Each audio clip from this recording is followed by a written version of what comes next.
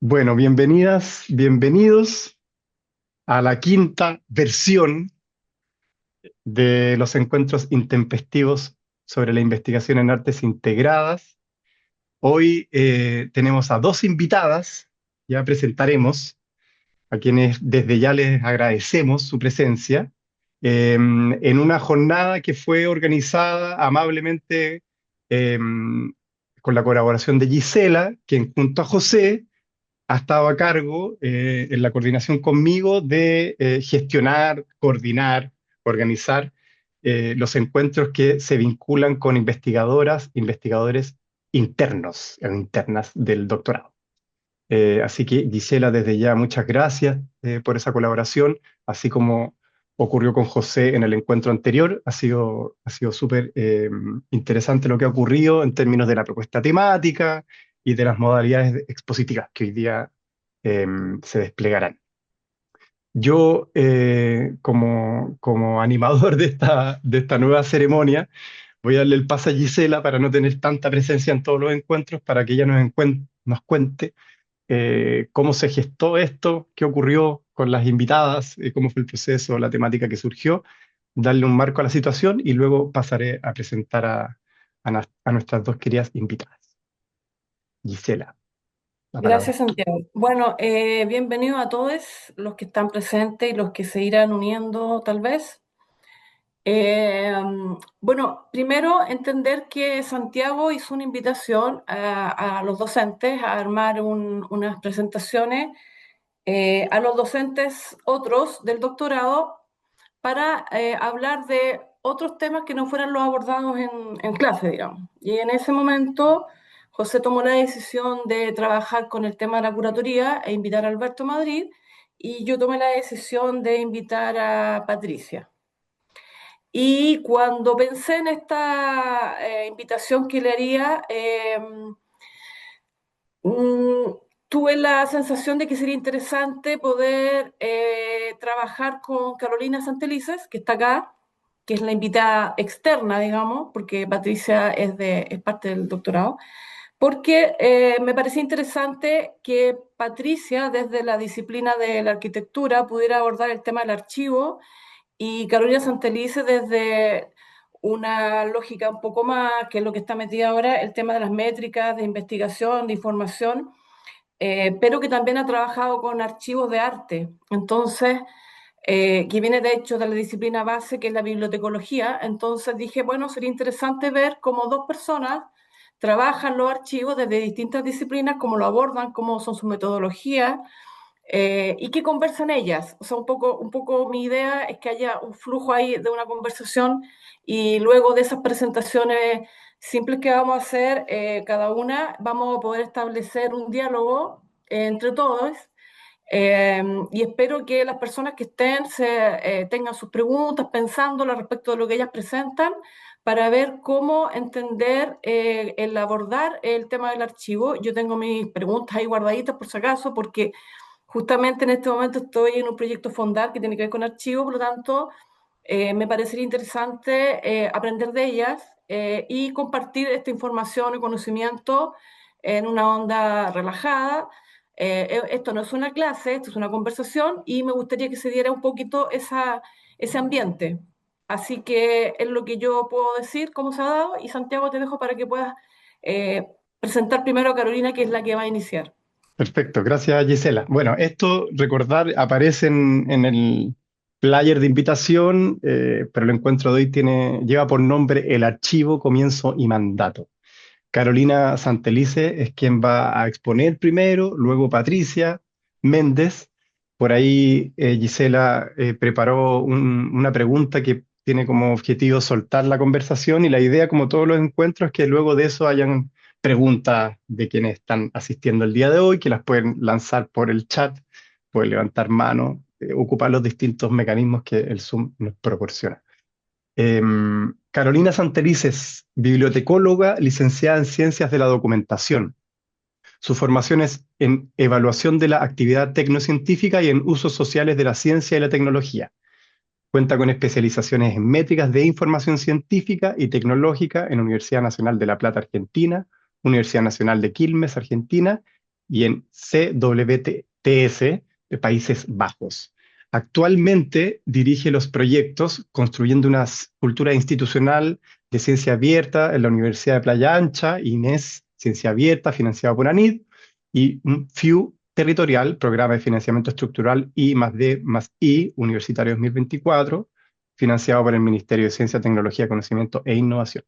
Adicionalmente, ha impartido docencia en la cátedra de archivística, en la carrera de bibliotecología, y en la cátedra Metodología Archivística en el programa Magíster en Bibliotecología e Información de la Universidad de Playa Ancha. Por último, ha desarrollado investigación en la línea de archivos de arte. Carolina, te damos la bienvenida nuevamente. Muchas gracias por estar acá, por compartir esto. La palabra es tuya. Muchas gracias, Santiago. En primer lugar, agradecer la invitación. Como comentaban anteriormente, no tengo un vínculo con el programa propiamente tal desde el ámbito académico. Estoy un poco ausente también del territorio de la docencia, por tanto, siempre es interesante poder tener un espacio para compartir parte del trabajo que se ha desarrollado y que tiene que ver con algunas temáticas de interés común que, si bien son abordadas desde el campo de las ciencias de la información, también despiertan cierto interés o motivación en el campo de las artes visuales. En ese contexto, lo que vamos a abordar hoy es esencialmente lo que tiene relación con la contextualización de los archivos de arte, tanto desde la lógica tradicional como también desde la lógica actual, cuando se produce el cambio de paradigma y el desplazamiento entre lo que habíamos concebido como archivo durante décadas a la perspectiva que hoy día se levanta desde el campo de los estudios críticos de archivos. Para poder mirar un poco esta trayectoria que ha tenido la archivística como disciplina, ¿me das permiso para compartir? Los permisos están. Sí, Ahí estamos. Bien, ¿estamos visualizando bien, Santiago? perfectamente. Perfecto. Bueno, como les comentaba anteriormente, para ir visualizando un poco cómo se produce este desplazamiento en el campo de la archivística, es importante revisar el conocimiento acumulado que tenemos en el área.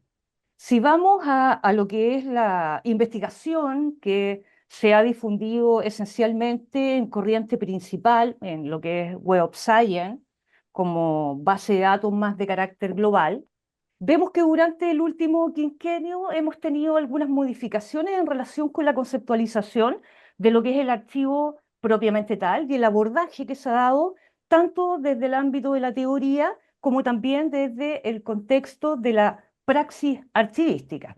Leer este tipo de datos es bastante complejo si no tenemos una herramienta analítica que nos permita visualizar grandes volúmenes de datos y decir, bueno, ¿qué es lo que tenemos actualmente y cómo logramos modelar, en definitiva, lo que queremos visualizar? Si tomamos esta data que está en Web of Science y revisamos un poco la trayectoria del conocimiento acumulado que tenemos en la disciplina, básicamente en lo que tiene relación con estudios de archivo, nos vemos con un panorama que es bastante conservador aún, que tiene un fuerte foco de la archivística centrada en la gestión documental, dejando un desarrollo muy incipiente del análisis crítico en el ámbito de los archivos. No obstante, si bien tenemos esta lógica que es bastante conservadora y tradicional, que responde a la primera fase dentro del desarrollo de la teoría archivística, es importante mencionar cuáles son los pilares fundamentales que dan sustento a este desarrollo. En el caso de contextos latinoamericanos como Chile, como Argentina, Colombia, Venezuela, ha habido un desarrollo que tiene una fuerte mirada en la tradición ibérica, básicamente, y que es con el desarrollo del campo de la escuela española en materia archivística.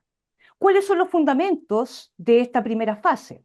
Básicamente, la implantación de los dos pilares fundamentales de la teoría archivística clásica, que son el principio de procedencia y el principio del orden original de los documentos, en donde el archivo tiene una conceptualización bastante esencial y que se toma en este periodo como un conjunto de documentos escritos, dibujos, materiales impresos, oficialmente producidos o recibidos por un cuerpo administrativo.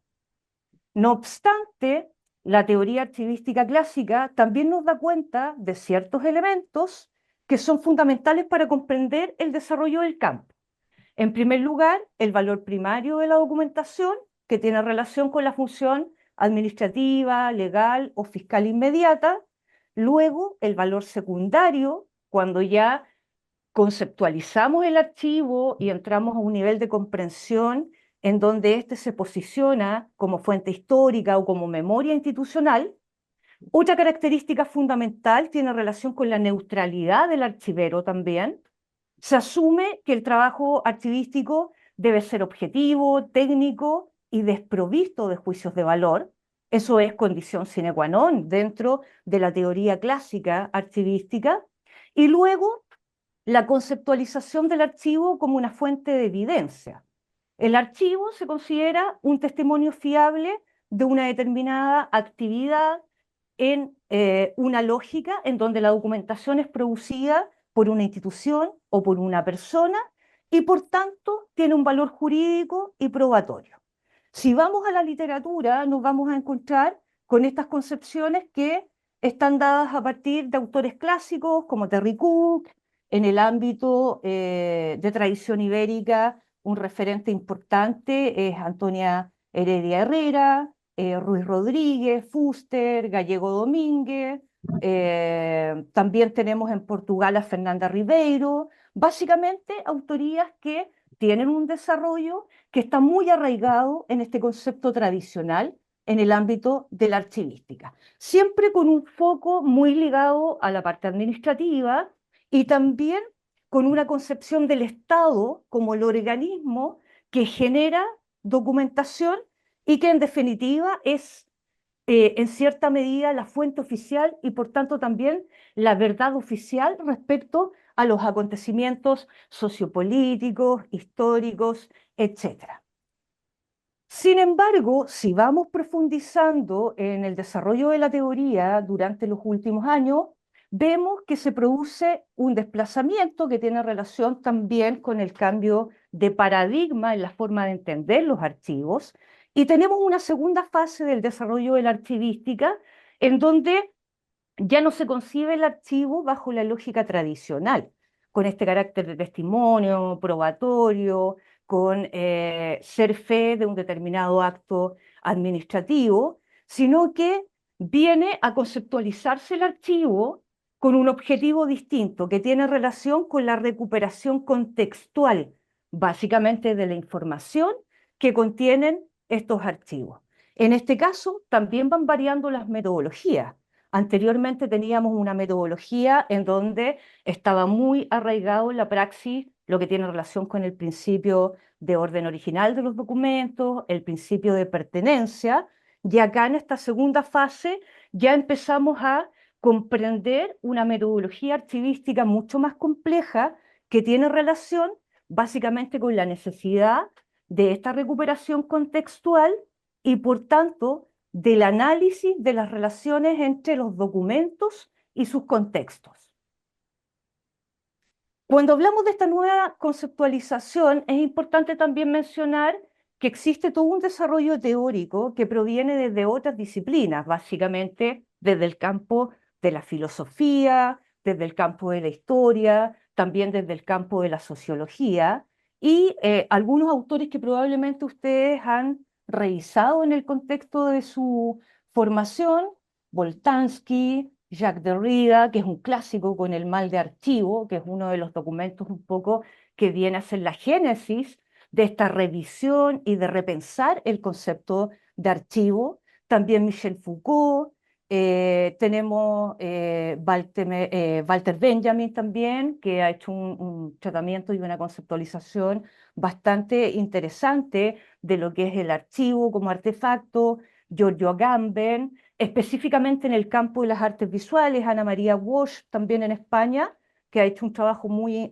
interesante, tiene un texto Arte y Archivo que está disponible en el sistema de bibliotecas de la universidad, y ya desde un contexto más latinoamericano, tenemos autores que han reflexionado en lo que tiene relación con la problemática del archivo y con las tensiones que se producen también en torno al archivo como artefacto, como es el caso de Marta Lucía Giraldo en Colombia, Graciela Carnevale en Argentina, y en el caso del contexto chileno también, Andrés Maximiliano Tello, que es académico nuestro en la Universidad de Playa Ancha, y que ha desarrollado un trabajo bastante interesante desde el campo de la filosofía y de la sociología. ¿Qué encontramos en definitiva? Bueno, cuando hablamos de este desplazamiento en donde empezamos a comprender el archivo bajo otra perspectiva, también surge la pregunta desde los teóricos, desde investigadores e investigadoras respecto a otros archivos. En definitiva, ¿de qué manera emergen otras voces que están fuera de la oficialidad y cómo empezamos también a mirar estos archivos desde una lógica distinta a esta lógica muy marcada de tradición ibérica, muy arraigada en la escuela española? Y bueno, ¿qué está pasando con los archivos en Latinoamérica? ¿Qué está sucediendo en África? Existe una corriente bastante interesante en relación a los archivos desplazados también en el contexto africano. ¿Qué está pasando con los archivos en India, en el contexto asiático? Y vienen otras interrogantes en donde ya no tomamos el archivo como un elemento instrumental, sino que como un artefacto que también es susceptible de ser problematizado. ¿Qué ejemplos concretos tenemos en un contexto más latinoamericano? Interesante dar una mirada, si bien han surgido distintos trabajos y experiencias en torno al archivo, me gustaría hacer referencia en esta ocasión básicamente a dos experiencias. Una de ellas tiene relación con el archivo de Tucumán Arde en Argentina, y el otro tiene relación con el archivo del CADA en el contexto chileno. Características que tienen los abordajes que se han realizado desde estos dos colectivos de arte a los archivos.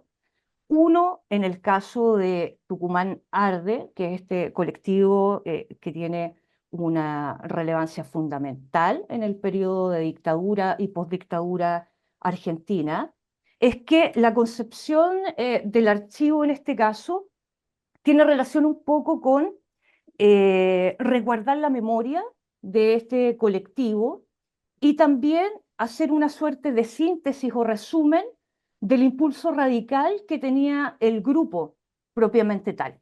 ¿Cuál era el objetivo de Tucumán Arde? Era, en cierta medida, romper con los marcos artísticos tradicionales y denunciar la represión política y la manipulación mediática del Estado argentino en torno a la situación social de la época en Tucumán. ¿Cuál era una de las consignas fundamentales que tenía en este caso Tucumán Arde? Era: todo está por hacerse, todo está por decirse. ¿Cómo conceptualizamos el archivo desde la perspectiva de este colectivo de arte y que difiere absolutamente de esta concepción tradicional, muy enmarcada en el aparato del Estado, que tenía relación con el ámbito más administrativo de los archivos? Que en el caso del trabajo de archivo que se realiza desde este colectivo de arte, se comprende el archivo como un proyecto inacabado y abierto. No se trata solamente de conservar lo hecho, sino también de señalar lo que aún falta por hacer. En cierta medida, el objetivo que tiene Tucumán Arde en relación a levantar este archivo es que este es un artefacto que en cierta medida permite mostrar y también denunciar la represión y los acontecimientos sociopolíticos que se dan en Tucumán durante este periodo. Si lo vemos desde la lógica de los archivos, de los estudios críticos de archivos, también podemos leer en cierta medida que esto se conceptualiza como la construcción de los contraarchivos. Existe un archivo de la oficialidad que, entre comillas, está gestionado, está trabajado, porque también existe un déficit en relación con el tratamiento de archivos en la mayoría de los estados latinoamericanos. Pero el objetivo de estos archivos es básicamente recuperar aquellas voces silenciadas y también intervenir el presente desde la memoria. En este contexto, Tucumán Arde vincula el archivo con la acción política, eh, no como una recopilación pasiva, sino que como una activación de saberes para transformar la realidad que se está viviendo en Argentina en aquella época. Luego, en un contexto nacional, tenemos el trabajo desarrollado por CADA, en donde una de las consignas esenciales que hay en torno a la recuperación de este archivo es que el arte debe desaparecer para que cada acto de nuestras vidas sea arte. Es un contexto distinto al de Tucumán Arde, considerando que ellos sí se preocuparon de conservar una cantidad importante de documentación para efectos de construcción de este archivo. En el caso del CADA era un poco más volátil, por tanto no tenemos los volúmenes de información que lograron pesquisar en Tucumán Arde. Y esta consigna también la podemos problematizar desde el ámbito de la archivística, desde esta frase que se plantea, que el arte debe desaparecer para que cada acto de nuestras vidas sea arte. Lo que ellos hacen es una apuesta por disolver fronteras entre arte, vida y política, lo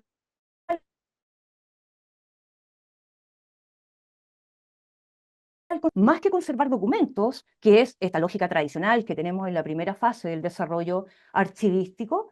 Lo que se busca es activar memorias, cuerpos y acciones en torno a los acontecimientos sociopolíticos también que se vivieron durante la dictadura y posterior a la dictadura en el contexto nacional. ¿Qué elementos podemos rescatar desde esta lógica y mirándolo un poco desde el campo de la archivística, cuando planteamos el archivo como este acto fundamental para activar memorias, cuerpos y acciones? En primer lugar, que el archivo del CADA ha sido reactivado por artistas, curadores e investigadores. En ese sentido, también se presenta como un artefacto de una memoria inacabada, como una forma, en este caso, de resistir la desmemoria institucional de la dictadura chilena. En este sentido, se alinea con el concepto de archivo como práctica viva, no como una práctica estática, que es la concepción tradicional que tenemos en la primera fase del desarrollo de la archivística.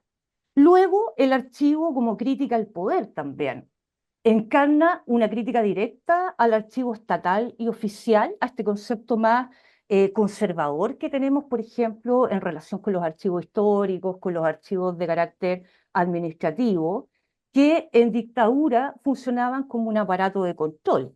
Si vamos un poco a hacer memoria, recordemos que hay una cantidad importante de archivos que recién se han ido revelando durante los últimos años. Yo diría que uno de los más emblemáticos en el contexto nacional, bueno, el archivo de la Vicaría de la Solidaridad, Londres 38, pero también muy interesante el trabajo que se realizó con el archivo de Colonia Dignidad también. No sé si ustedes han tenido la oportunidad de revisar las fichas que tenían los colonos y que levantaban de la mayoría de los ciudadanos y ciudadanas chilenos que tenían algún tipo de vínculo con los movimientos políticos de izquierda. Es bastante interesante el trabajo que se realiza y, en definitiva, se cree que es un mínimo porcentaje de la cantidad de documentación que lograron levantar los colonos en Colonia Dignidad durante ese periodo. Luego, una conceptualización también que tiene relación con la colonialidad y el archivo desde el sur también, en lugar de archivar para la historia, que es este concepto tradicional que tenemos, las prácticas construyen una memoria situada, antihegemónica y local, en sintonía con los principales postulados de las epistemologías del sur. Y finalmente, también se activa el archivo en este contexto tensionando las relaciones entre archivo y memoria.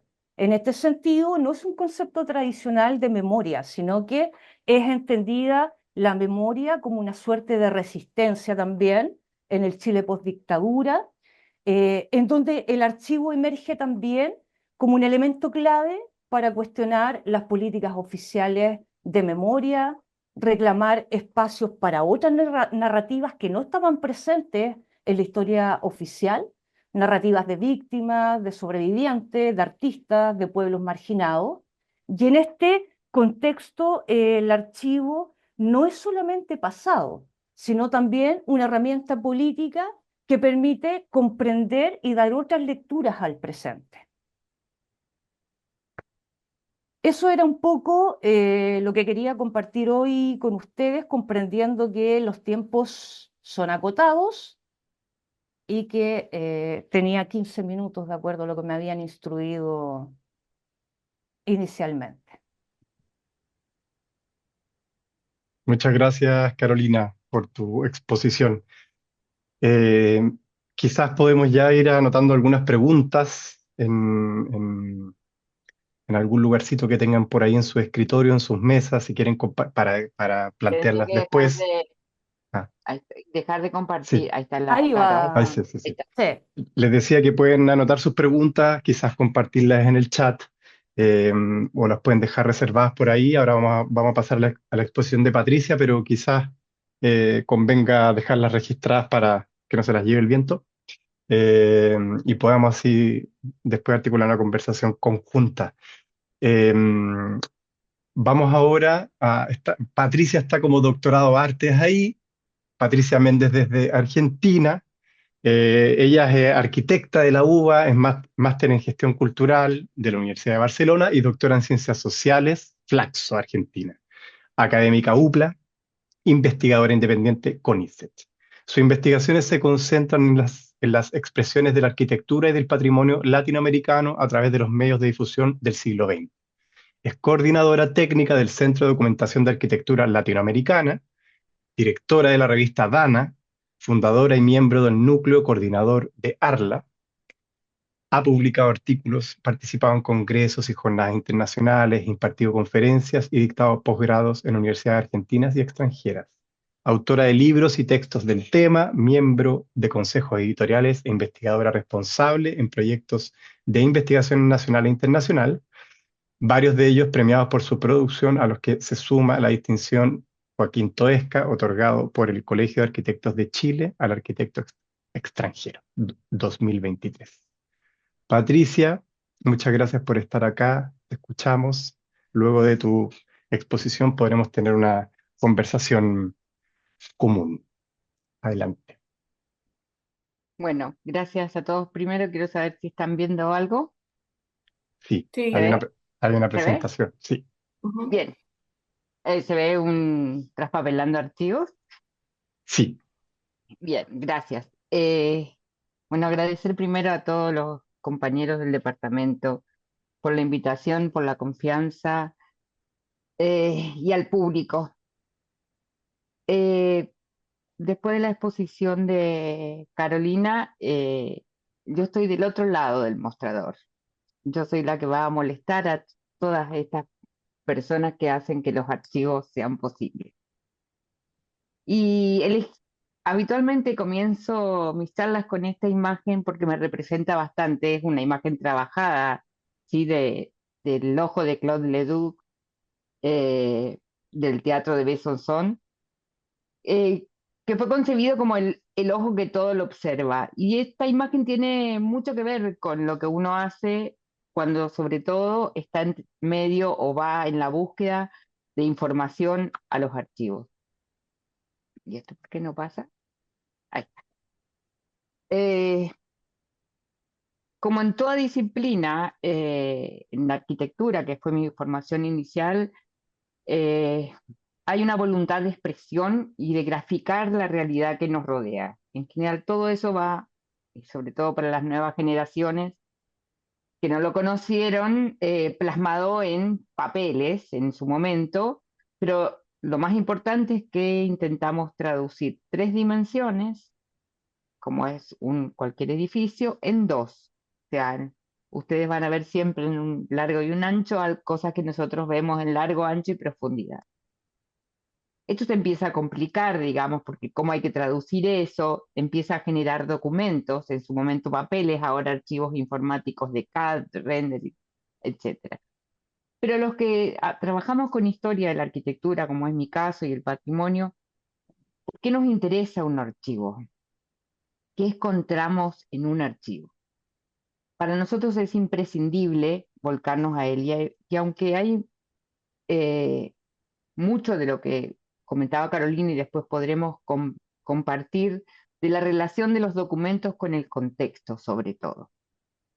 En mi caso, yo he tenido la fortuna de acompañar un proyecto que se gestó en Buenos Aires, que fue es el Centro de Documentación Latinoamericana, el CEDODAL, y de haber conformado desde sus inicios en el año 95 en Buenos Aires esta colección.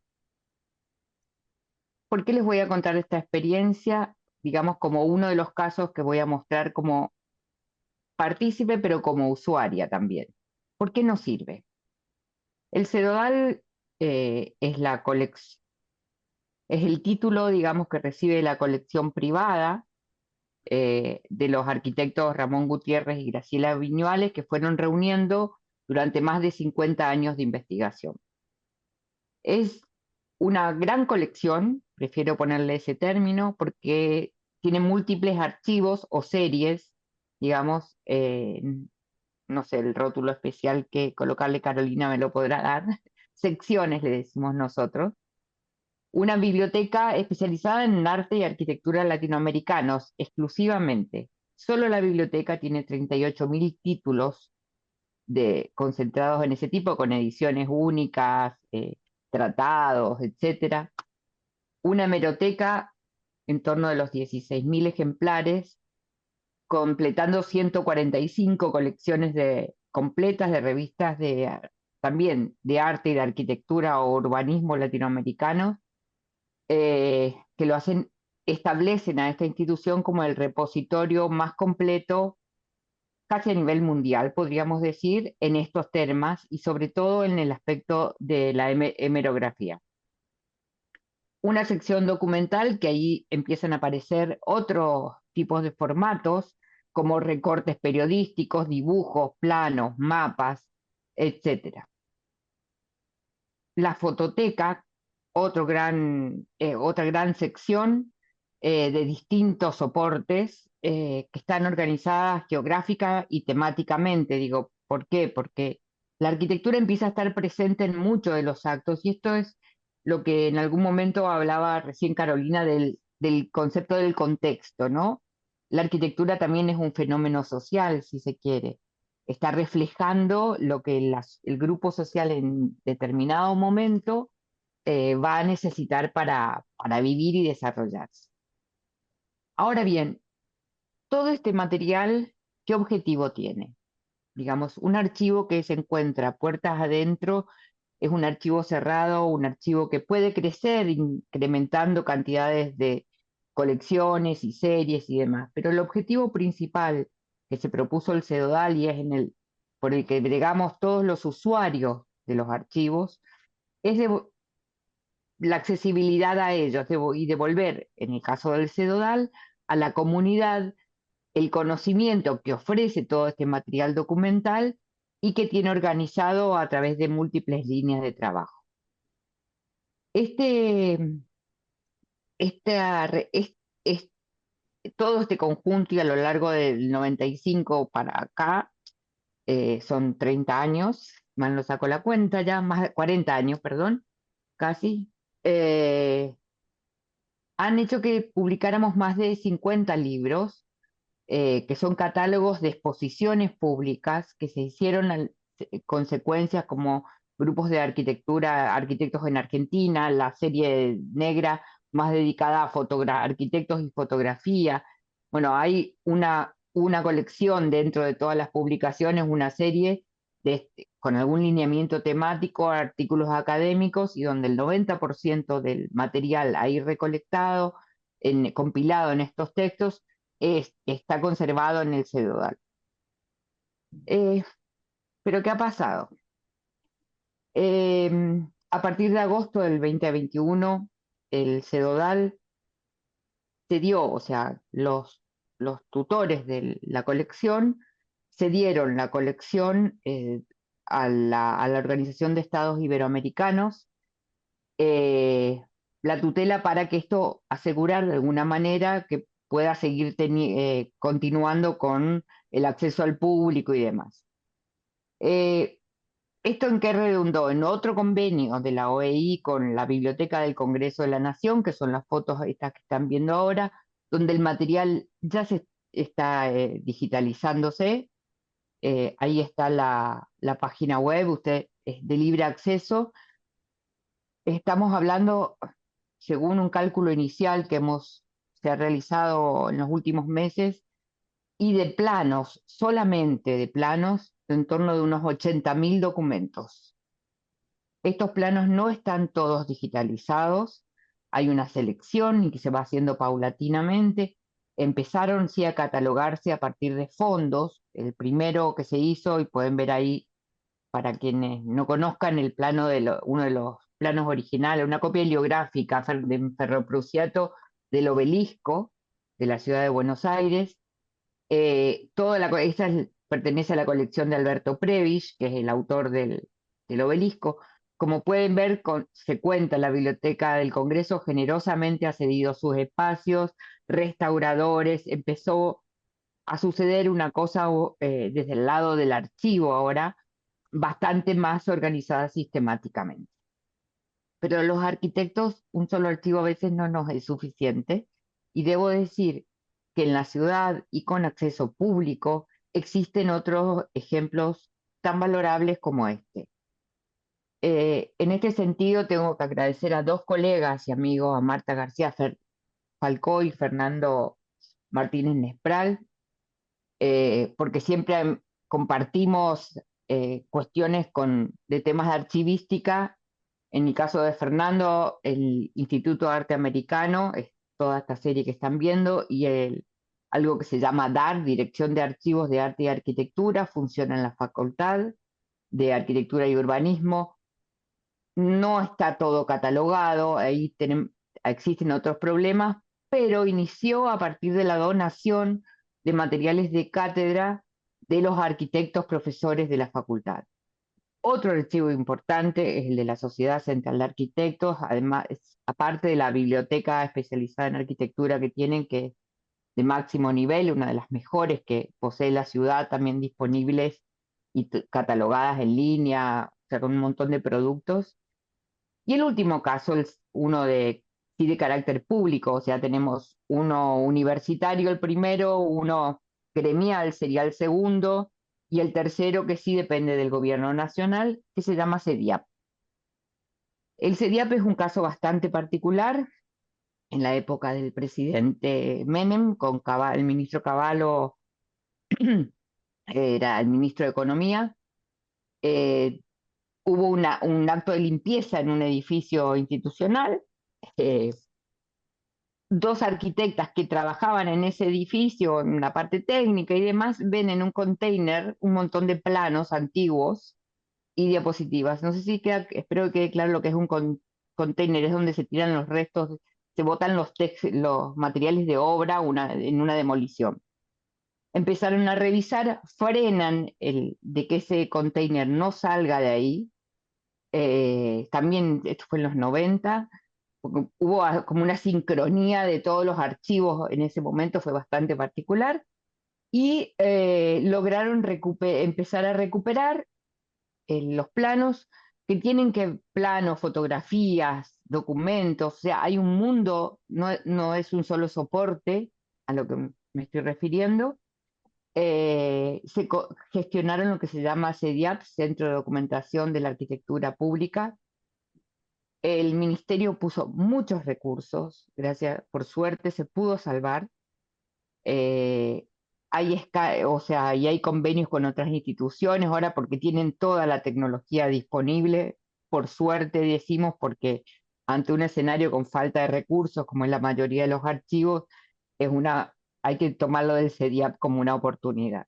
También tienen acceso libre eh, por internet, o sea, hay de todo, pedidos, cursos, la verdad que es muy halagüeña en este escenario puedo decir que las fortalezas que tienen los archivos de arquitectura, sí podríamos decir que hay una diversidad institucional, que hay procesos de digitalización en marcha, hay cierta colaboración, digamos, de algunos más que de otros, hay oportunidades, sí, de crear plataformas integradas, como un intento también en los 90 de la red de archivos de arquitectura, pero tenemos bastantes debilidades.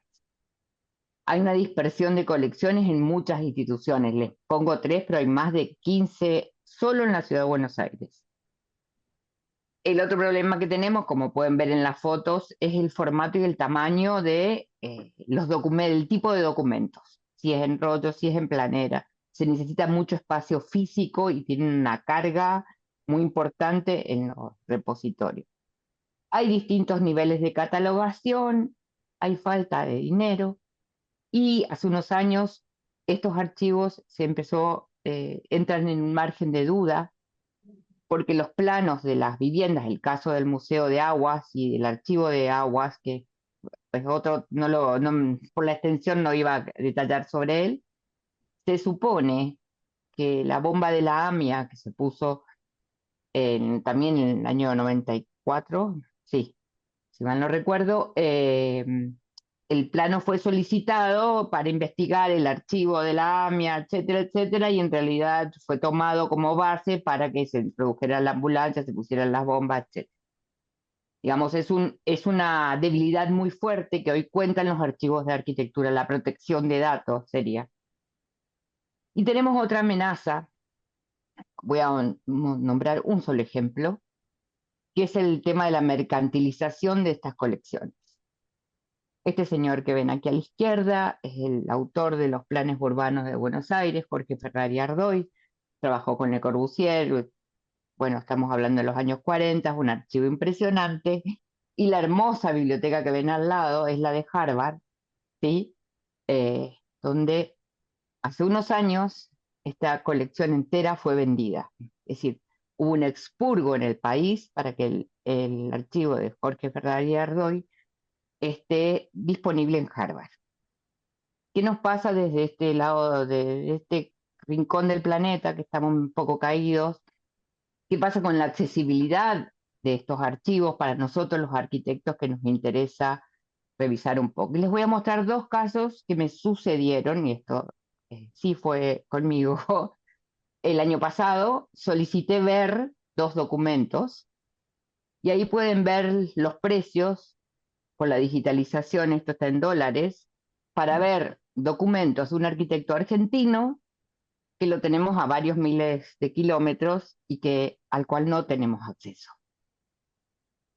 O sea, pagar $400 por uno y 1.000 por otro, se nos hacía un poco pesado, digamos. El problema mayor que tienen los archivos de arquitectura, como otras colecciones, es el expurgo comercial que hay porque no hay control en la legislación.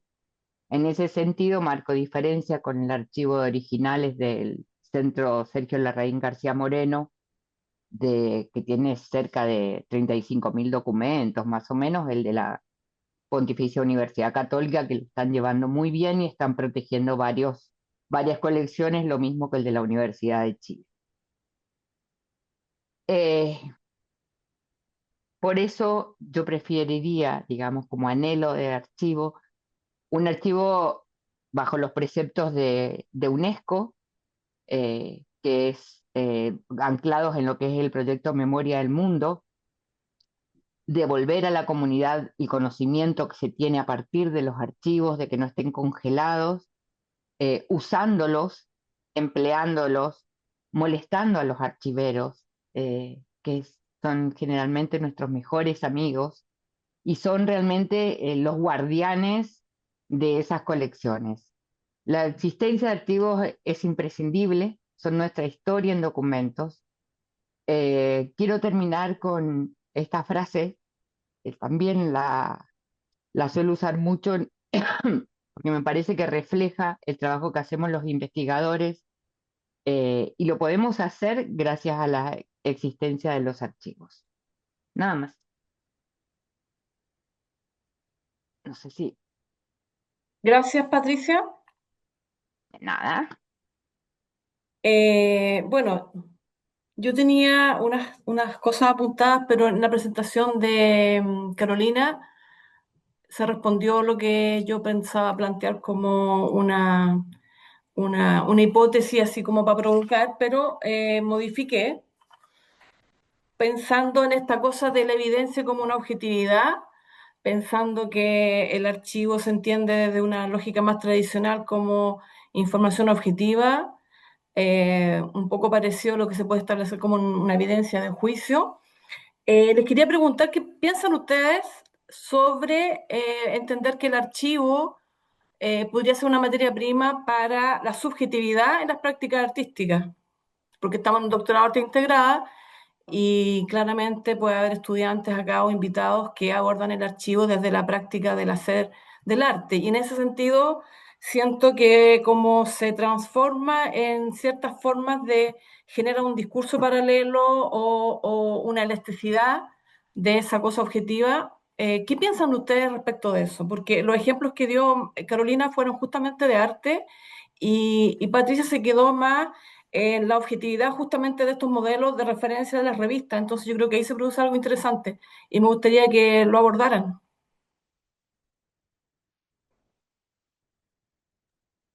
Claro. Ahí sí. Bueno, pu- es complejo un poco reflexionar desde esa lógica cuando hemos tenido tan arraigado este concepto tradicional del archivo, desde esta mirada más objetiva que nos plantea la neutralidad del archivero en relación con el tratamiento, cuando tú planteabas el nombre. O sea, ya vamos desde una estructura que es bastante jerárquica en términos de clasificación archivística, en donde tenemos un fondo que a la vez se compone de secciones y estas secciones están compuestas de series y las series las integran unidades documentales que pueden ser de dos tipos, unidad documental simple, unidad documental compuesta. Y en definitiva, el abordaje desde la perspectiva más tradicional de la archivística ha sido siempre un poco en esta idea muy arraigada de conservar y de describir el documento desde una perspectiva que me permita posteriormente recuperar esa información. No obstante, es bastante imparcial, bastante objetiva la mirada que tiene el archivero o la archivera dentro de esta lógica tradicional, pero nos encontramos con una conceptualización un poco más contemporánea que viene desde el campo de los estudios críticos de archivos. Por ejemplo, una de las principales exponentes es Caswell, quien nos ha llevado a reflexionar un poco en relación con romper estas barreras tan tradicionales respecto a esta concepción y dar otra mirada desde el campo de la archivística, porque existen archivos que por su naturaleza, como es el caso de los archivos en el ámbito de las artes visuales, pero también archivos que están ligados, por ejemplo, a historias de colectivos de mujeres, de disidencia, archivos migrantes, de migrantes también, en donde es bastante complejo su abordaje desde una mirada más objetiva, más imparcial. O sea, no es lo mismo el tratamiento archivístico de un archivo sobre disidencias desde la perspectiva de alguien que no pertenece a las disidencias. Entonces, la invitación que nos hace Caswell básicamente es como a dar una nueva lectura o a construir relecturas en torno a lo que es este archivo, en definitiva, no solamente como artefacto, sino que a mirarlo también en lo que tiene relación con la recuperación contextual de esta información que contiene. Un ejemplo bien interesante, que no está íntimamente ligado al campo de las artes visuales, tiene relación con los archivos en disputa, por ejemplo, que la UNESCO hace unos años realizó un levantamiento en relación con la procedencia de determinados archivos en países que han vivido algún tipo de conflicto bélico. Y levanta y pesquisa la cantidad de países que tienen archivos que no son de sus países, como también la cantidad de países que reclaman sus archivos. De hecho, uno de los países que tiene el mayor número de archivos que no son de su contexto nacional es Francia, también Bélgica.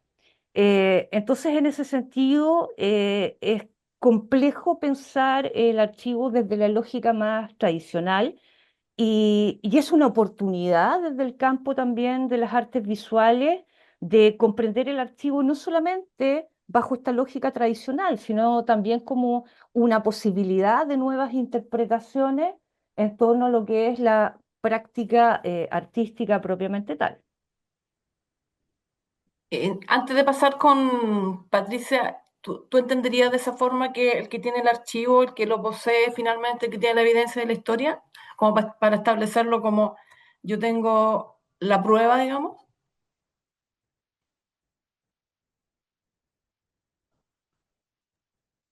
Carolina, era para ti. Ah, que escuché el otro nombre.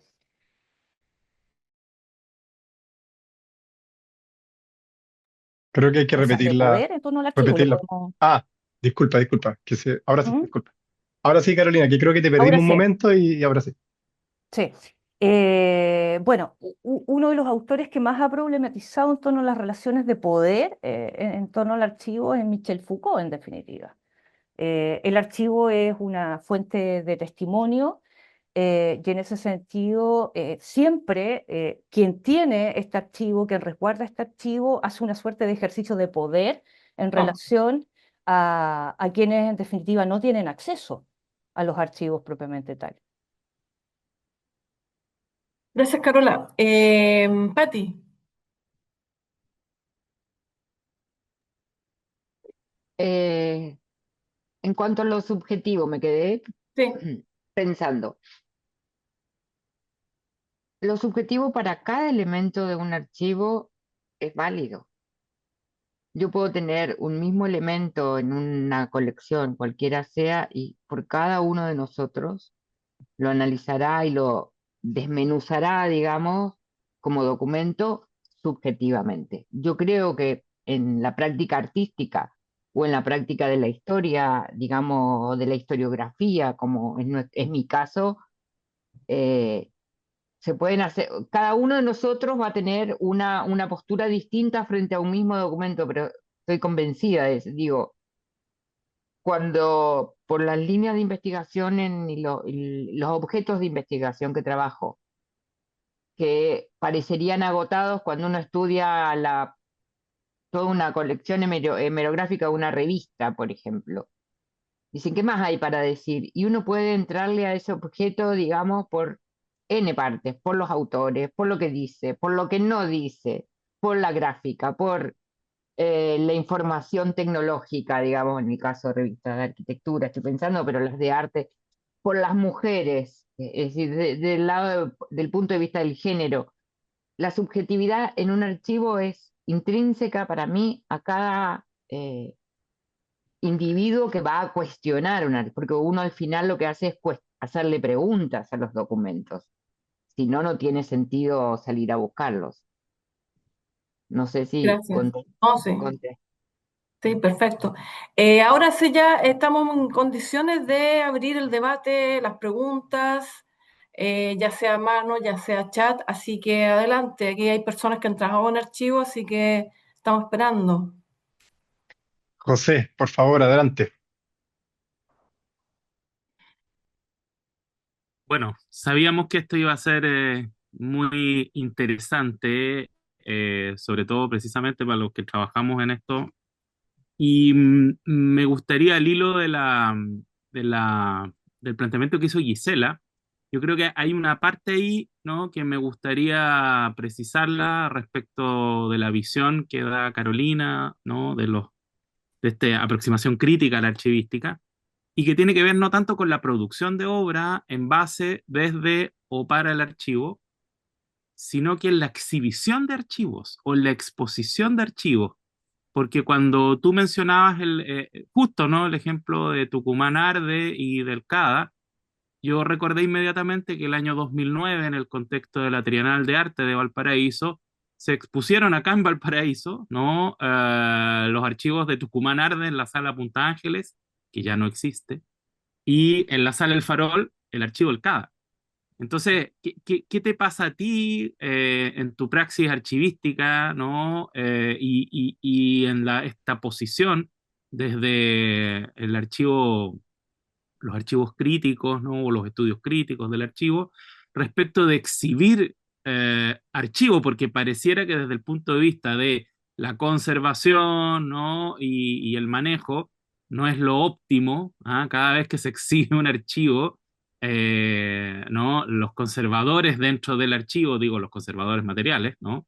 De la entidad material del archivo, dudan, ponen una serie de problemas, ¿no? Digo, de limitantes, o plantean el punto de vista muy desde la conservación. Eso como una primera cosa. Y lo segundo, tanto a Carolina como también a Patricia, porque también lo planteó, ¿cuál sería esta posición contemporánea hoy día y sobre todo desde América Latina respecto del extractivismo de los archivos y todo o extractivismo epistémico? Porque por ahí leí alguna vez, ¿no es cierto?, hace poco, de que hay una perspectiva que es interesante para tratar, digamos, ¿cierto?, de mitigar los efectos, ¿no es cierto?, estos que mostraba Patricia, ¿no?, de que te terminen cobrando $900 por una fotocopia y que se denomina, digamos, ¿cierto?, como práctica los archivos post-custodiales, esto es, ¿no?, que los archivos en realidad no se mueven de las comunidades que los generan o de los sujetos, digamos, ¿cierto?, que los generan, sino que más bien, por decirlo así, la tecnología archivística va en auxilio a su protección, asesora a esa comunidad o a ese sujeto, pero en definitiva, ¿no? Para decirlo en términos bastante burdos, no se lo quitan el archivo, ¿no? No se lo llevan por otro lado. Ah, esas dos cuestiones me parece que son interesantes y me gustaría ver sus perspectivas y sus reflexiones. Gracias. Perfecto, José. Bueno, hay varios temas ahí que pones sobre la mesa. Yo también recuerdo cuando estaba la sala ahí abajo de la Cámara de Comercio, esa, ¿cierto? Cámara aduanera, sí, Punta La Ángel. Cámara, claro. Haber visto la exposición del archivo. Y bueno, hay una frase precisamente de Graciela Carnevale que me parece súper interesante, en donde ella plantea y dice explícitamente, en un país donde sistemáticamente se borran las huellas de la historia, rescatar un archivo y ponerlo al alcance del público es un gesto y una decisión de profundo sentido político. En cierta medida, la visión que ella tiene se contrapone un poco a esta lógica más conservadora y tradicional, en donde el archivo tiene esta dinámica en que hay que resguardar la documentación, hay que conservarla con ciertas condiciones y básicamente, mientras menos acceso tenga la ciudadanía, parece que esto va a perdurar ad eternum.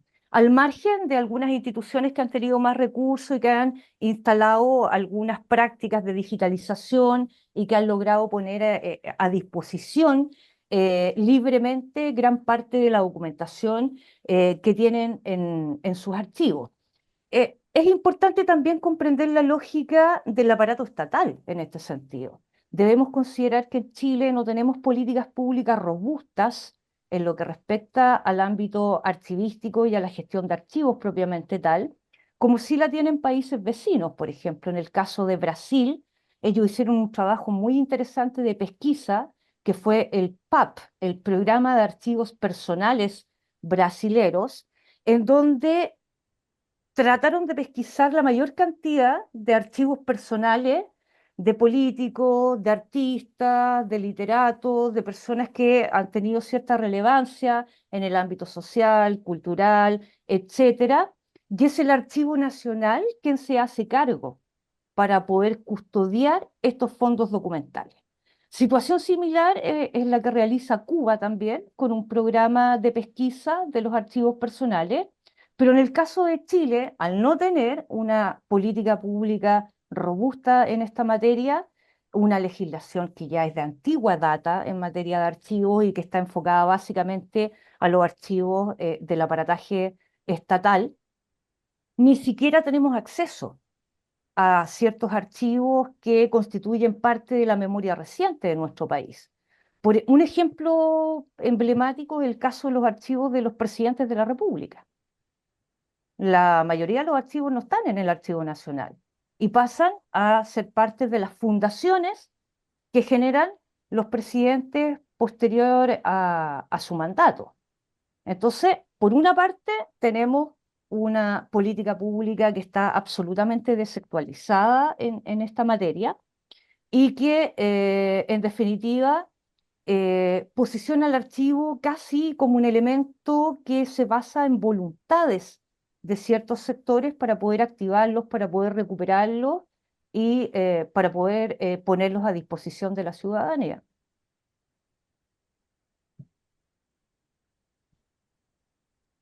Patricia hace un ratito había levantado la mano. Pati, tú eres la invitada estrella de hoy día, no tienes que levantar la mano No, necesariamente, tú puedes pero, hablar.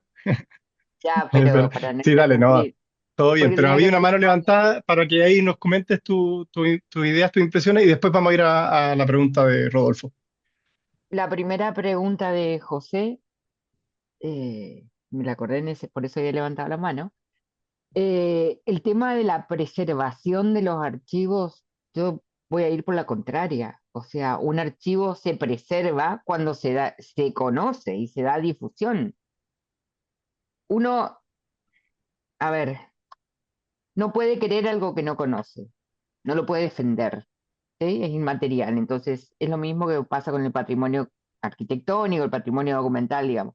Si uno da a conocer cuál fue el éxito de las exposiciones que llevó a cabo el CEDODAL, se exponían originales. Ahí no había copia, no había digitalización, nada. Se exponían planos originales. Y eso era lo que atraía con un discurso que no era solo, no era del todo académico, era para todo público, pero no por eso con menor calidad. O sea, y las exposiciones, o sea, la primera fue la de Previs. Y casos de devolución a la comunidad de archivos, cuando un archivo casi inexistente en determinadas colecciones se motoriza a partir de su exhibición pública, la devolución del público hacia ese mismo repositorio es más grande, porque se acercan más donantes, digamos, al ver que su colección puede tener un futuro mejor que tenerlo guardado en su casa. En el caso de los arquitectos, hay dos casos, y voy a tratar de ser bien breve. Los de principio de siglo se dibujaban en telas, ¿sí?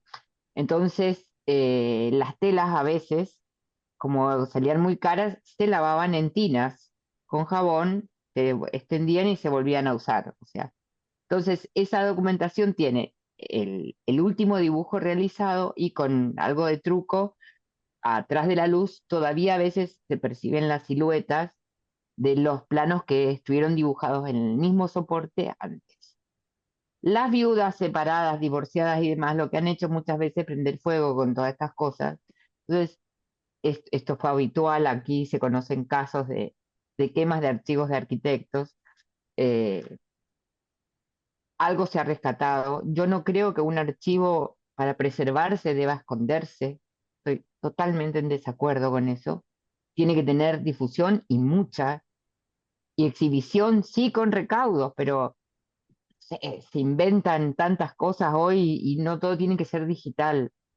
La gente, hasta los jóvenes, hoy disfrutan de las, y digo jóvenes, más jóvenes que nuestros alumnos, estoy hablando de estudiantes del liceo y demás, pueden interesarse en estas cosas si lo conocen, si no lo conocen, imposible. Y creo que habías hecho otra pregunta, José, pero no me acuerdo ya cuál era. Hiciste dos.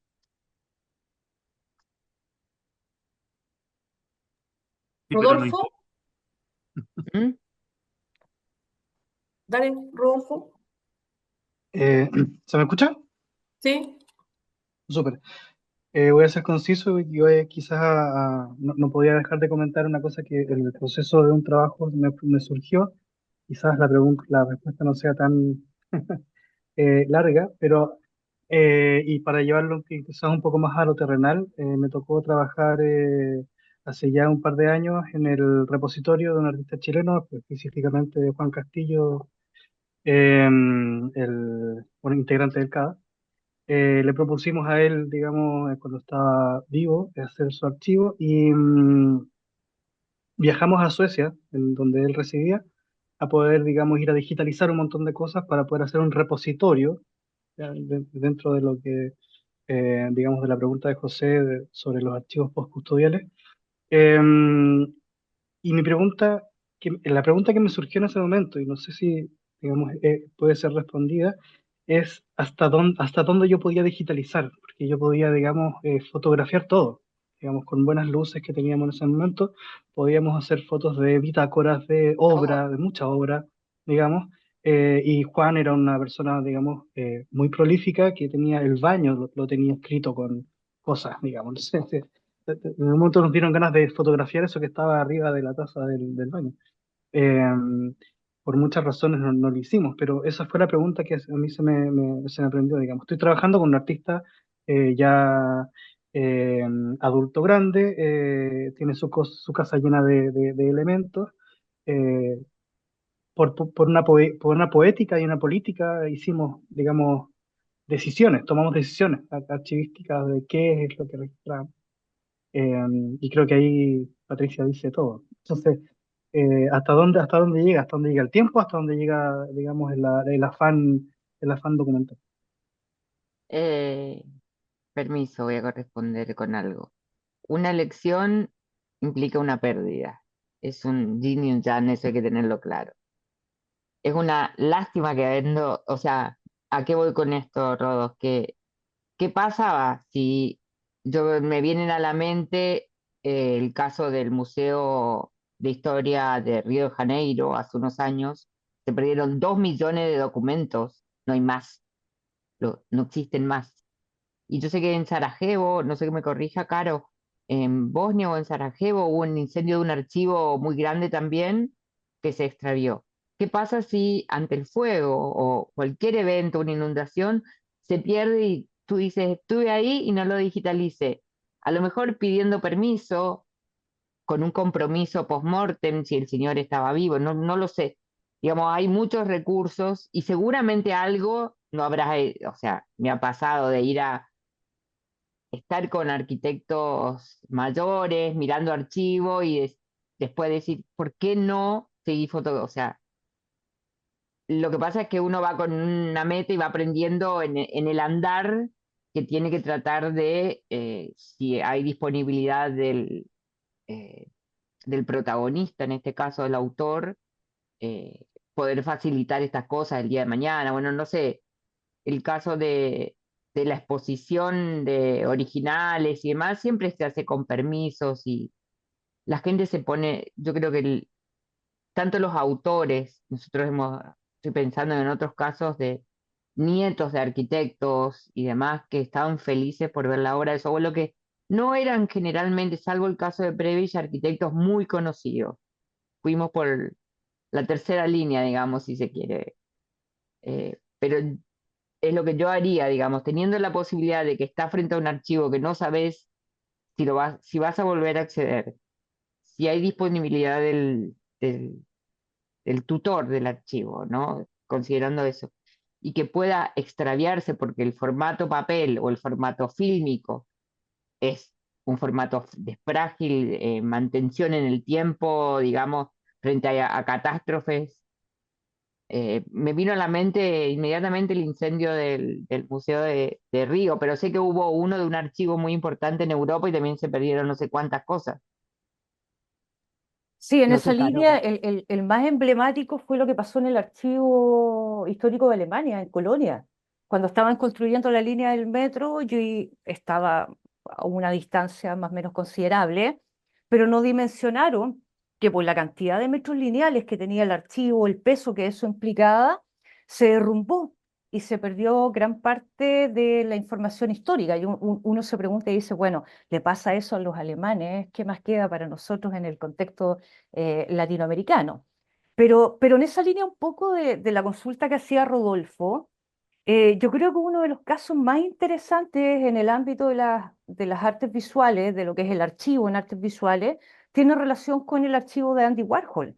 Yo estoy un poco retirada de las pistas, pero hasta hace un par de años me acuerdo que Matt, que era el archivista que estaba a cargo, todavía no llevaba ni la mitad de las cápsulas del tiempo abiertas y llevaba 10 años de trabajo, APP. No sé si se habrá movido el archivo, pero en ese tiempo estaba ligado a la Universidad de Pittsburgh y era un trabajo eterno. O sea, más de 600 cápsulas del tiempo de Warhol y todavía no llegaba a la cápsula número 300, o sea, y llevaba una década de trabajo como archivero recuperando y rescatando este archivo. En ese sentido, es importante comprender que cuando hablamos de un archivo en el campo de las artes visuales, no podemos pensar en una operación que es parte de la práctica archivística, que es el expurgo. Eh, Acá nada se expurga, no debiera expurgarse nada, porque todo tiene un valor desde el punto de vista artístico. O sea, lo vemos en un archivo local que nosotros tenemos, por ejemplo, en la universidad, que ustedes conocen, yo sé que el profesor Nordenflich lo ha trabajado, que es el archivo de Carlos Hermosilla. O sea, el archivo de Carlos Hermosilla vendría siendo como la versión chilena un poco del archivo de Andy Warhol. Eh, Hay parte de la obra de Hermosilla que está en servilletas, que está en la parte trasera de la boleta de un hotel en el que se hospedó cuando estuvo en el extranjero. Hay obra en los soportes, pero menos esperados. Y uno desde una lógica un poco de desconocimiento podría decir, oye, esto no tiene ningún valor, pero en definitiva todo tiene un valor y responde también a un contexto dentro del cual Hermosilla produce obra también. ¿Qué sucede con la documentación que no es generada propiamente tal por Hermosilla en este caso, pero que tiene relación con su contexto? Con la documentación de Marina Pinto, por ejemplo, que era su pareja, su compañera, con la documentación de Tobías Hermosilla. Existen ciertos mitos que yo he leído en algunos textos generados en Internet, por ejemplo, que decían que una de las interrogantes que se planteaba era, bueno, ¿por qué Hermosilla no le pasó nada en el contexto de dictadura, considerando que él tenía un pensamiento político de izquierda, que incluso él acogió en su casa a artistas de izquierda de otros países latinoamericanos? Y lo que yo he escuchado desde una lógica analítica bastante básica era que no, que es muy probable que los militares de la época no le hayan hecho nada porque Hermosilla era discapacitado y le faltaba un brazo. Pero dentro del archivo de Hermosilla hay un documento que es tremendamente importante y que a lo mejor nos da otras luces, que tiene relación con la carpeta de Tobías Hermosilla, que era su hermano. ¿Y qué hacía Tobías Hermosilla? El hermano de Carlos Hermosilla. No sé si a alguno de ustedes le ha tocado revisar algún tipo de documentación.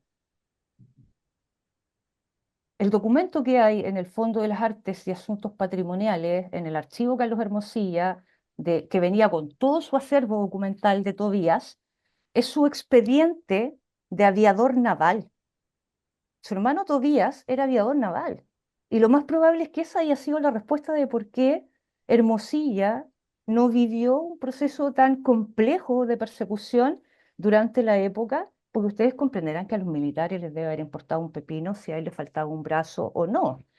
Entonces, hay ciertos elementos que te permiten ir reconstruyendo algunos vacíos que hay también dentro de la historiografía del arte.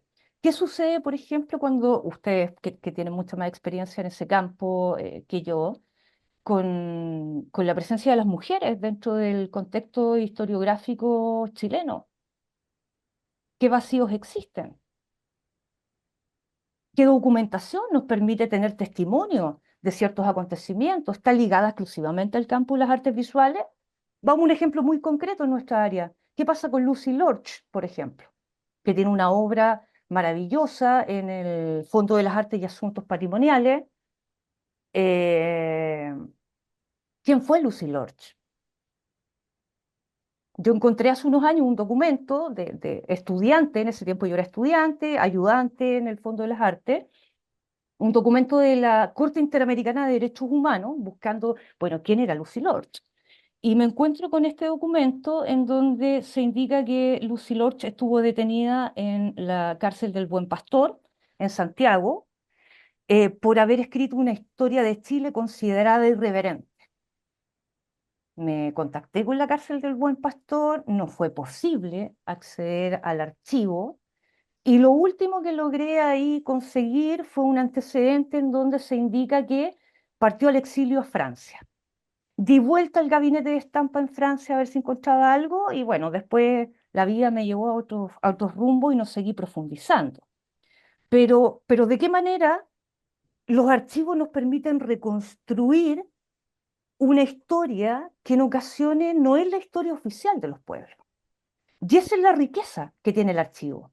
No mirado exclusivamente desde el campo, decir, mira, este archivo de arte, por tanto, voy a tomar este archivo para investigar en relación a un determinado fenómeno, a un determinado artista, a una corriente, a una práctica artística, sino que ver también cuál es el contexto, qué relación existen entre estos documentos con otros documentos que se han generado en otros lugares, en otros territorios, desde otra perspectiva.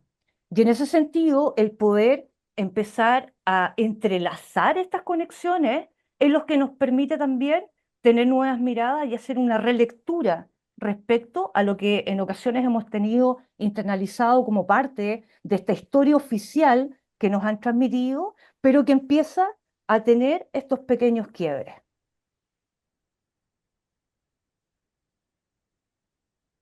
Muchas gracias, Carolina. Santiago, ¿cómo estamos con el tiempo? Estamos bien, vamos bien. Braulio está con una pregunta hace un rato, pacientemente levantando su manita. Eh, y si ya veo que no se vislumbran más preguntas, podemos ir cerrando después de eso. A lo mejor tú, Gisela, quieres plantear algo más, pero creo que tenemos tiempo todavía. Braulio, por favor. ¿Qué tal? Hola a todos y a todas. Disculpen la voz que estoy bastante resfriado. Eh, Muy agradecido de las presentaciones tanto de Carolina como de Patricia. Son muy, muy interesantes y abren un montón de interrogantes. Y hay una que me gustaría plantear, eh, un poco en la línea que se venía conversando, ¿no? Que es, ¿qué pasa con la ausencia de archivo? En términos metodológicos, me refiero. Y no lo pienso en el archivo que se perdió, que se dañó, que siempre queda algún vestigio, una huella, sino que el archivo que ha sido hecho desaparecer. Dos casos muy puntuales. En el caso de Brasil, por ejemplo, cuando Brasil declara la abolición de la esclavitud como un acto de resarcimiento, quemaron toda la documentación de los esclavos y borraron toda la memoria de la esclavitud negra en Brasil. Quedaron sin historia, sin memoria, sin nada, pero libres. Entonces, con una suerte como de gesto de borrar la ignominia de la esclavitud, el Estado brasileño decide quemarlo todo. Y queda un vacío de dónde vienen, de lugares de origen, en qué barco llegaron.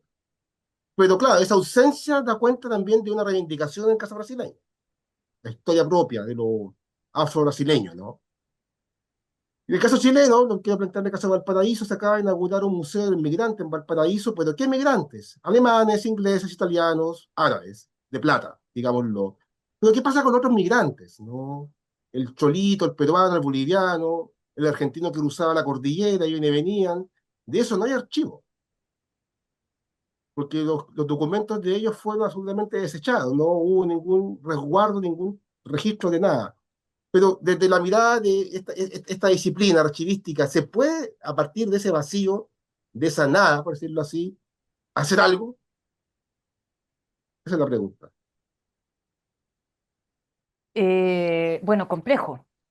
Por un lado, en lo que respecta a la destrucción de archivos, es importante también mencionar que el Archivo General de India en Sevilla tiene un acervo documental impresionante en relación con la historia chilena, de Brasil, de Cuba, de los principales países latinoamericanos, y que ni siquiera ha entrado dentro de la lógica de los archivos en disputa. Hay documentación que nosotros no tenemos en el Archivo Nacional y que nuestros mismos investigadores, historiadores, cuando desarrollan esas líneas de investigación, no les queda otra que ir al Archivo General de Indias para poder acceder a los documentos. No solamente se da, como tú decías, en el contexto de la destrucción de archivos, sino que también es un fenómeno reciente con lo que tiene que ver con las migraciones e incluso con áreas de las artes visuales, por ejemplo, en el campo de las artes escénicas, cuando se produce una obra, por ejemplo. ¿De qué manera queda testimonio de ese proceso desde su génesis? No siempre se levantan archivos en torno a determinadas áreas. Y ese es un tema que sin duda presenta desafíos para ustedes, básicamente desde el campo, en este caso, de las artes visuales. Pero es imposible, porque una de las alternativas que se barajaron siempre desde el campo de la archivística tradicional tenía relación con los archivos orales. ¿De qué manera cuando no teníamos un testimonio documental podíamos rescatar a través de los archivos orales ciertos testimonios en relación a un acontecimiento determinado? Pero cuando tú me pones el ejemplo, por ejemplo, de Brasil, de este contexto de la abolición de la esclavitud, es absolutamente impensable pensar en el archivo oral como forma de recuperar esa memoria. Entonces, eso tiene que ver un poco con las relaciones de poder en torno al archivo como testimonio que nos plantea Michel Foucault, y que en este caso se dan también en, si no me equivoco, Tucumán Arde logran levantar el archivo porque parte de él lo enterraron en el patio de uno de los integrantes del colectivo, de su suegra, y lo recuperaron después ya casi en democracia. En el caso de Chile también se produjo una quema importante de algunos archivos emblemáticos durante ese periodo y que van dejando esos vacíos dentro de la historia, porque no existe un testimonio respecto a estos acontecimientos.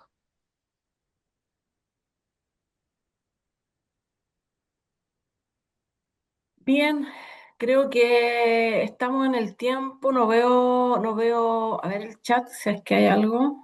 Sí, ahí hay algo de Cecilia. ¿Te parece, Gisela, que con esta pregunta cerremos? Sí, sí. ¿Sí? Lo pueden Sí, leer, la por leo. favor? La leo. Cecilia Ojeda nos dice, ¿ustedes creen que es necesario pertenecer a una comunidad para construir un archivo de esa comunidad?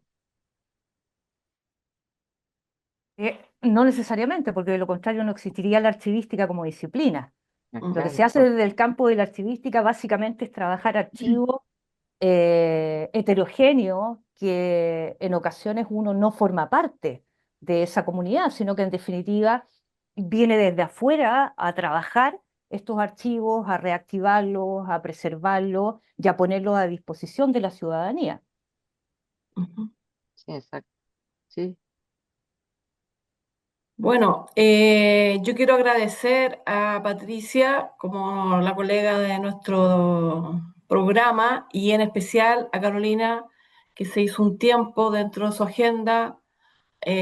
Afortunadamente esto está grabado porque va a ser un material, creo, interesante para los estudiantes y las personas que no han podido asistir, como un material, porque la verdad que como temática es súper interesante, sobre todo en el tema de las metodologías y un poco de cómo vincularse con un material de este tipo en el campo de la creación, de la investigación. Así que nada, quería agradecerles a todos los que han asistido y nos veremos prontamente, Santiago. Yo no sé qué viene después. Sí, viene gracias a ti. Yo, Sí, yo he a ti colaborado lo que he podido y agradezco a las invitadas que me apoyaron. de todas maneras. Una consulta, Por ¿cuántos supuesto, Carolina. estudiantes están conectados, Es- conectadas? Rodolfo se fue, entiendo que habían 4 en su momento, si no me Perfecto. equivoco.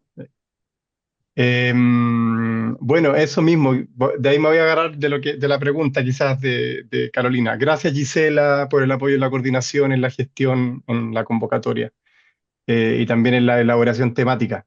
Viene un último encuentro intempestivo en 2 lunes más, exactamente, y va a estar a cargo, va a ser por y para estudiantes.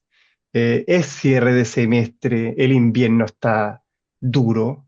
pegando fuerte y entendemos que a veces cuesta hacerse un tiempo hasta ahora porque hay agote y un montón de cosas más. Así que la invitación es a que nos apoyen también con la difusión porque aparecen temas muy interesantes acá, muy potentes, como decía Gisela. Es bueno que queden estos registros, estas grabaciones, pero luego también es difícil revisar esos registros, esas grabaciones, porque el tiempo es escaso. Entonces, es una invitación a que nos apoyen para difundir esto en todos los canales posibles, porque esta presencialidad virtual, por decirlo de alguna manera, y no la revisión asincrónica, genera igual una discusión de otra calidad, digamos, ¿no? Es un encuentro finalmente. Entonces, para que... Sí. Sí, Sí. disculpen, es que hay una pregunta que surgió y dado que la hace acá la colega Magdalena, por favor, dale, es cortita, que Ah, quedó en el ok. tintero. Por favor, Magdalena, que no había visto eso. ¿Estás ahí? Aquí estoy Yo no la vi. acompañado. No, Yo no vi la pregunta, no, Magdalena, lo No, que pasa es disculpa. que se la no. mandé a Gisela por Por interno, le dije interno. que No, sí, aquí le No, hay dije que me quedé con la diálogo, pregunta. diálogos por interno. Vamos a sacarlo para No, afuera. no, Ya, es que bien. me quedé con la pregunta, pero sentía que ya estábamos sobre la hora. Y era, bueno, abrir un poco a un tema que Carolina deslizó, que es a los archivos orales, no solamente como acceder a documentación oral que ya exista, sino que también generar archivos orales, que bueno, que es uno de los temas que yo estoy trabajando ahora a través de la entrevista. ¿Qué nos podrían decir por ahí? La Vero también trabaja con entrevistas, entonces creo que sería súper como oportuno si podemos dedicarle unos minutos a, a hablar de ese impacto en el fondo, de generar entrevistas. Hola, buenas noches. Ya que la pelota cayó para este lado.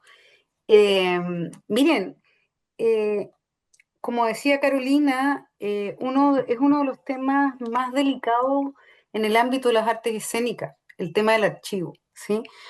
Sobre todo porque además, vamos a decir así como agravante, en las artes escénicas el objeto estético desaparece. Es decir, si nosotros no tenemos, vamos a decir, la conciencia de generar algún grado de registro, ¿sí? Ni siquiera nos queda un registro audiovisual que nos permita entender elementos que son polisemióticos, es decir, el sonido, la cinética, el vestuario, la textualidad. Y eso se nota en que en el teatro hasta comienzos del siglo XX, en realidad la historia del teatro a nivel occidental es la historia de los textos dramáticos, es decir, es la historia de la literatura dramática. Y nace recién la posibilidad de generar historia de la puesta en escena o historia del acontecimiento teatral, entendido como ese objeto estético. Lo mismo pasa con la danza, que está Gema aquí.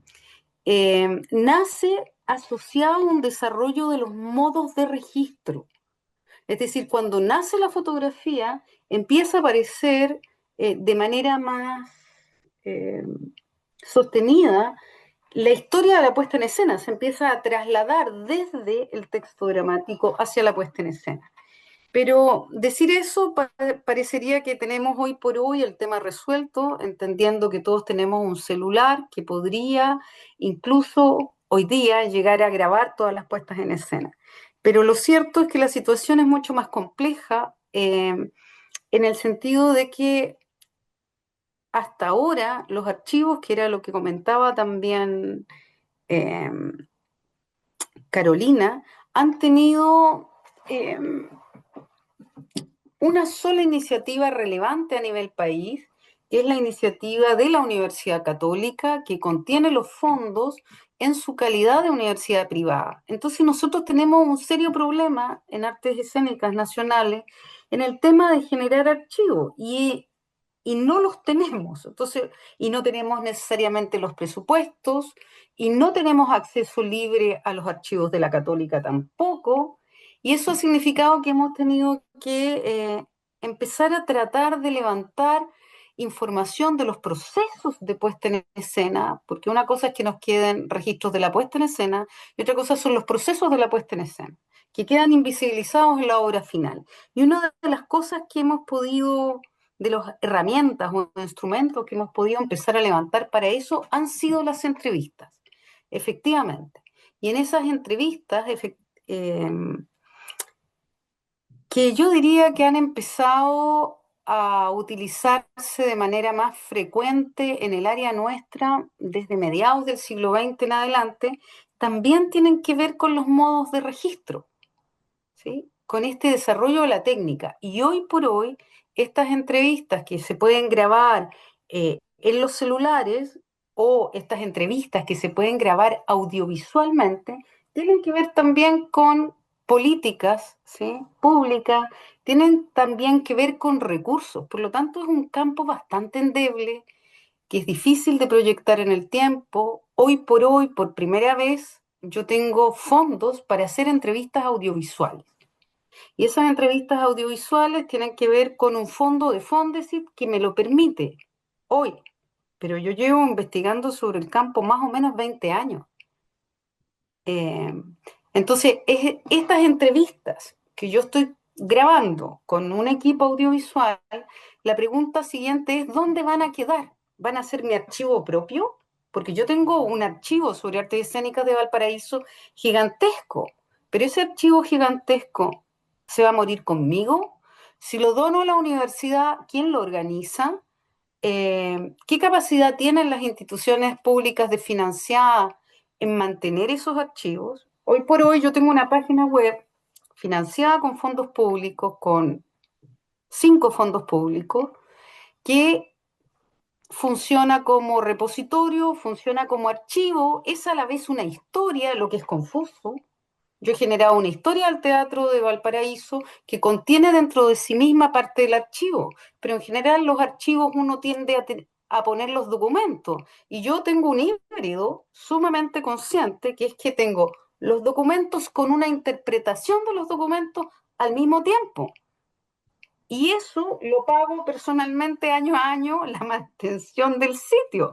El día que yo no pago la mantención del sitio, se acabó ese único archivo de Valparaíso. Entonces, ¿qué vamos a hacer con esas entrevistas que yo estoy levantando actualmente, que son audiovisuales, que son polisemióticas, que me permiten otro nivel de acceso a la información del entrevistado? Bueno, por ahora mi máximo plan es hacer Quemar. otra pestaña del sitio. ¿Es qué, Gisela? Una broma. Quemarlo, era una broma. Ah, no, es que no te escuché. No, claro, es quemarlo, no. Es hacer otra pestaña del sitio. Pero eso no resuelve sino parcialmente y temporalmente esta crisis, que es la falta de políticas públicas archivísticas que excedan proyectos individuales de los investigadores o de los artistas. Bueno, yo creo que hay un tema que hay que pensar, profesora Senti. O sea, usted no se puede quedar con ese acervo documental, ver una ciudad como la nuestra, en el dominio que usted paga el hosting y que en definitiva tiene que ver un poco con la gestión que ha hecho desde sus proyectos Fondesit. Y Como MINCAP, para ser justa, MINCAP. ambos.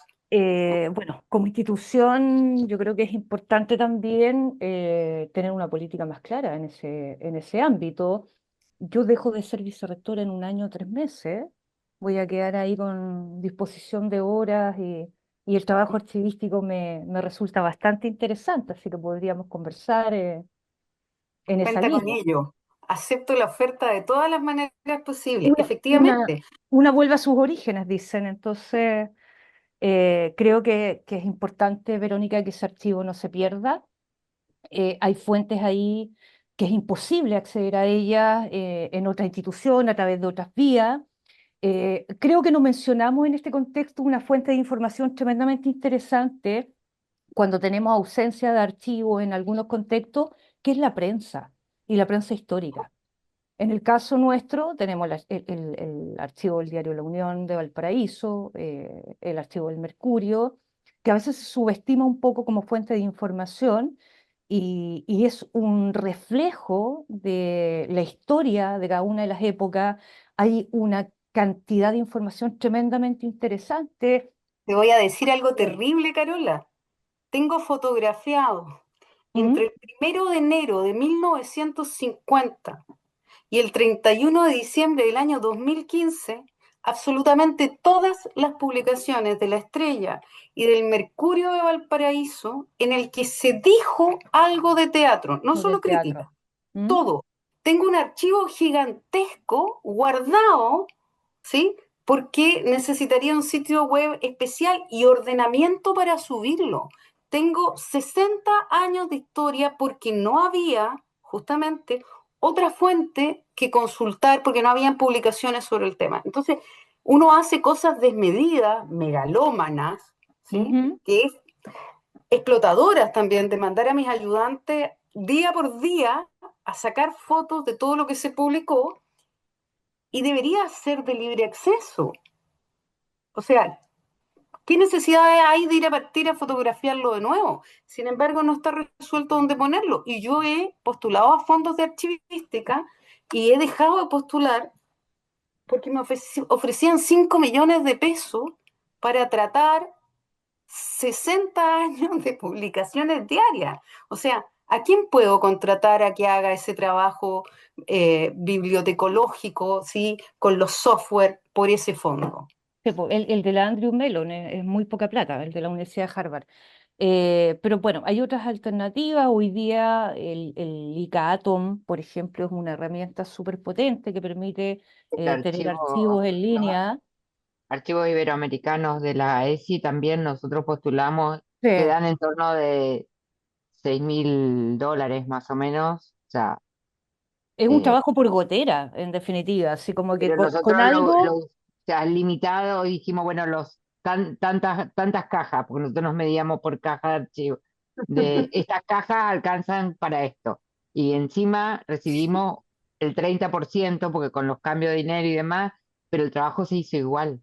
es casi por capítulo, Vero, Sí, y son temas que demoran años. La diferencia entre un archivo y una biblioteca, que una biblioteca yo perfectamente al mirarla mido metros lineales y yo sé ya perfectamente sabes cuánto qué me voy a hacer. demorar en Claro. procesarla, pero en cambio en el archivo es un mundo eh, que tú no sabes con qué te Infinito. vas a encontrar. Y puede demorar años de años el trabajo de procesar y ponerlo a disposición. Mm. Sí. Voy a interrumpir, tenemos que ir cerrando. Los encuentros intentamos que sean hasta las 7:30. Acá hay mucho que conversar. Podrá ser en los pasillos de la universidad. Eh, Reitero agradecimientos a Carolina, a Patricia y a Gisela por la organización del día de hoy.